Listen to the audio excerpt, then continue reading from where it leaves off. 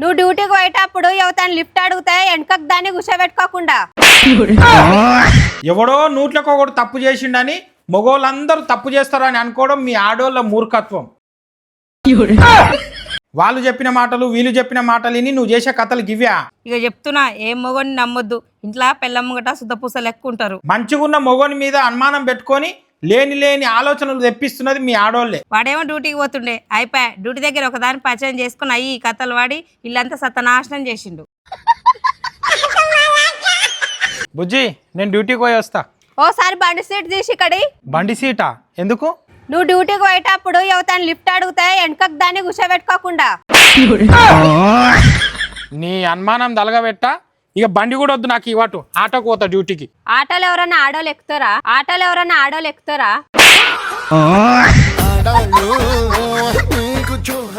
బుజ్జి కదా ముచ్చట్లు పెడదాం. ఆడవాళ్ళ మండి మేము. వంట అయిందా? అయ్యింది. పిల్లలు స్కూల్ పోయిరా? పోయిరు. ఏమైందేమో లొల్లిని పడ్డది. ఏం లేదు, నా మొగుడు మంచోడే గాని ఫస్ట్ నుంచి అద్దులో పెట్టుకోవాలని కొంచెం లొల్లి పెట్టుకున్నా. ఈ రోజుల్లో ఎవరు నమ్మనీకి లేదమ్మా. పెళ్ళ ముంగట బాగానే ఉంటారు, బయట పోయి కథలు పడతారు. నీ మొగడు బయట పోయి కథలు పడేది నువ్వేమన్నా చూస్తున్నావా? నా దోస్త్ ఒకతుంటది నీ లెక్కనే మొగడు మంచోడు అని నెత్తిలో పెట్టుకొని చూసుకుంది. వాడేమో డ్యూటీకి పోతుండే అయిపోయా డ్యూటీ దగ్గర ఒకదాని పరిచయం చేసుకుని అయ్యి ఈ కథలు వాడి ఇల్లంతా సత్యనాశనం చేసిండు. అవునా? అవును మరి. పరిచయం అయిందంట. పరిచయమైనది అంతతోటి ఊకోక కోర్టులో కేసేసిందంట ఆస్తిలో సగం కావాలని. ఇక చెప్తున్నా ఏం మొగని నమ్మొద్దు. ఇంట్లో పెళ్ళమ్మగట శుద్ధపూస లెక్కుంటారు, బయటకు పోయి చేసే కథలన్నీ చేస్తారు. ఇక నీ ఇష్టం, నువ్వు నాదానివని నీకు చెప్తున్నా. మరి సరేనా? మరి ఇంట్లో జర పని చేసుకుంటా. సరే మరి.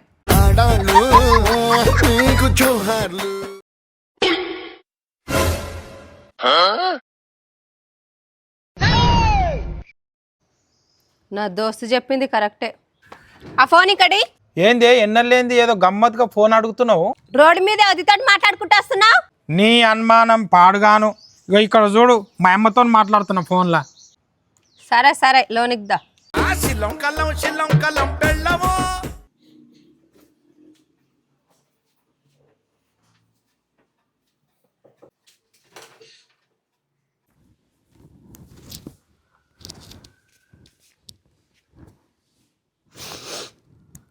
సెంటు వాసన.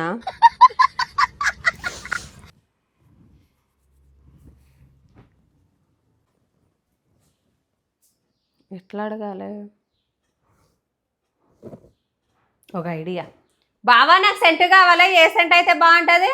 ఏంది ఎన్నెళ్ళేంది సెంటు అడుగుతున్నావు? అయినా నేను సెంటు కొడతానా? కొట్టను కదా, నాకు అలవాటే లేదు కదా.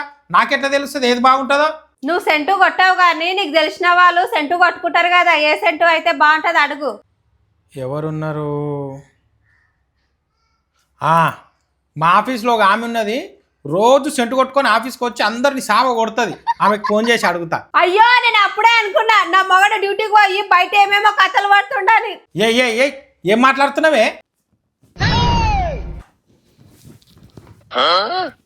ఇగో నీ ఆఫీస్ లో అది కొట్టుకునే సెంటు వాసన నీ అంగిలు నా చూసుకో.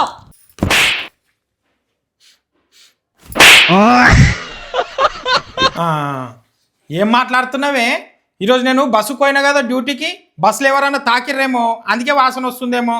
ఇక నువ్వు ఇట్లా ప్రతిదానికి అనుమానం పడితే కష్టం. ఇక డ్యూటీ చేస్తూ చెప్తున్నా. నా మీద ఒట్టయ్యో, దానికి నీకేం సంబంధం లేదని. సరే, నాకు ఆమెకు ఏం సంబంధం లేదు. ఇక వాటిని మీద ఒట్టు. ఓహో, అది మెసేజ్లు చేస్తే అప్పుడే తెలవాలని అంత పెద్ద సౌండ్ పెట్టుకున్నావు. అయ్యో రామా, నీకు అన్ని అనుమానాలేంది. నేను పెద్దగా సౌండ్ పెట్టుడేంది? ఎవరికి మెసేజ్ వచ్చినా గట్టనే సౌండ్ వస్తుంది. ఆగు, మెసేజ్ ఎవరు చేసిరో చూస్తా. ఇగో చూడు, గ్రూప్లో ఎవరో మెసేజ్ చేసిరో చూడు. ఇగో ఇప్పుడు నీ డౌట్ క్లియర్ అయిందా? నీకు అన్ని అనుమానాలే ఏంది? సరే, మెసేజ్ సప్పుడు వస్తే నేను చూస్తున్నాను, నీకు అనుమానం కదా. సప్పుడు రాకుండా సైలెంట్లో పెడతా, జరాగు.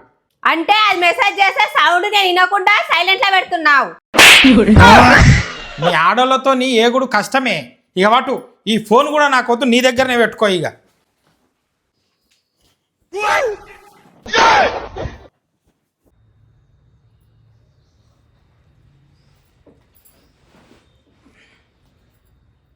ఈఎంఐలు కట్టాలి, పిల్లల స్కూల్ ఫీజు కట్టాలి, ఇంట్లోకి సామాన్లు తీసుకురావాలి, జీతం సరిపోతలేదు, పైసలు ఎట్లా అడ్జస్ట్ చేయాలని ఏం అర్థమైతలేదు.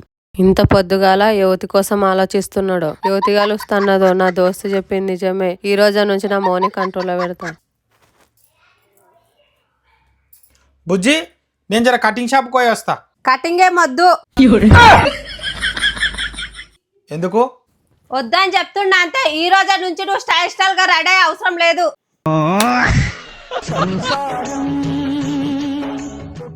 స్టైల్ గా రెడీ అవుతున్నాడు. బయటికి పోయి పూరీలకు లైటింగ్ ఈ రోజు నుంచి ఎట్లా లైటింగ్ కొడతాడో చూస్తా.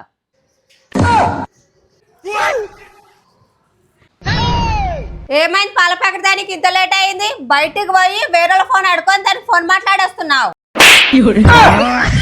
మీ దుంపలు మీరు ఎక్కడ తయారయ్యారా బాబు? బుజ్జి, నాకు ఆఫీస్కు టైం అయింది, నేను ఆఫీస్కి పోయి వస్తా. సరే, ఆఫీస్ నుంచి వచ్చేటప్పుడు నా ఆధార్ కార్డు పని ఉన్నది కదా, ఆ పని కంప్లీట్ చేసుకుందా. సరే మేడం. ఏమన్నావు ఇప్పుడు? ఏమో వాయమో వాయమో వాయమో యువత మేడం చెప్పి ఇప్పుడు అయిపోయింది, అంతా అయిపోయింది, నా సంసారం మొత్తం అయిపోయింది, నేను బతికి అంతా అయిపోయింది. ఆగు ఆగు ఆగు ఆగు. ఆఫీస్లో మా మేడము టార్గెట్లు ఇచ్చి వర్క్ కంప్లీట్ చేయమంటది. ఆ అలవాట్లో సరే మేడం అని అన్నా. మేడం అంటున్నావు అంటే ఆడదే కదా, మీ ఆఫీస్ లో ఆడుతున్నది కదా, వద్దుగా నువ్వు ఆఫీస్ కా వద్దు, వేరే ఆఫీస్ చూసుకో. ఏం పిచ్చిగిట లేచిందా ఏమే నీకు?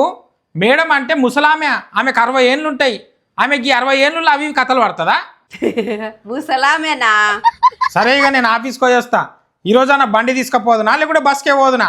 బండేమొద్దు, ఎవరైనా లిఫ్ట్ అడిగితే లిఫ్ట్ ఇస్తావు, బస్కేవో.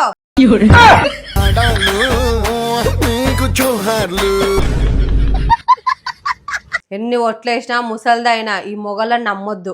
అసలు మా బావ ఆఫీస్ కా పోతుండా, బయట పోయి ఏదైనా కథలు పడుతున్నాడా? ఇంటట పోయి చూస్తా.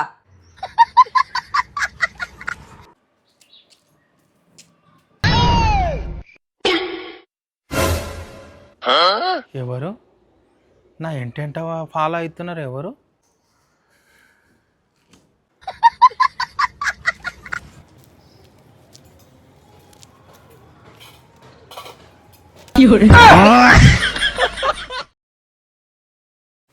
అసలు నీ మనసుకి ఏమనుకుంటున్నావే? వాళ్ళు చెప్పిన మాటలు వీళ్ళు చెప్పిన మాటలు విని నువ్వు చేసే కథలు గివ్యా? అసలు మా మొగోళ్ళను ఖరాబ్ చేస్తున్నదే మీ ఆడోళ్ళు. మా మొగోళ్లకు పెన్లాంను మోసం చేయాలంటే 1 నిమిషం కాదు. మేము బయటికి పోయి ఏం చేస్తున్నామో మీరు చూస్తారా? చూడరు. కానీ మేము ఏ తప్పు చెయ్యం. ఎందుకంటే మా మొగోళ్ళ మైండ్లో ఎప్పటికీ ఈఎంఐలు, అప్పులోళ్ళు, పిల్లల స్కూల్ ఫీజులు, ఇల్లు ఎట్లా గడపాలి, ఇవే తిరుగుతాయి. మంచిగున్న మొగోని మీద అనుమానం పెట్టుకొని లేని ఆలోచనలు తెప్పిస్తున్నది మీ ఆడోళ్ళే. ఎవడో నూట్లకు ఒకడు తప్పు చేసిండని మొగోళ్ళందరూ తప్పు చేస్తారని అనుకోవడం మీ ఆడోళ్ళ మూర్ఖత్వం.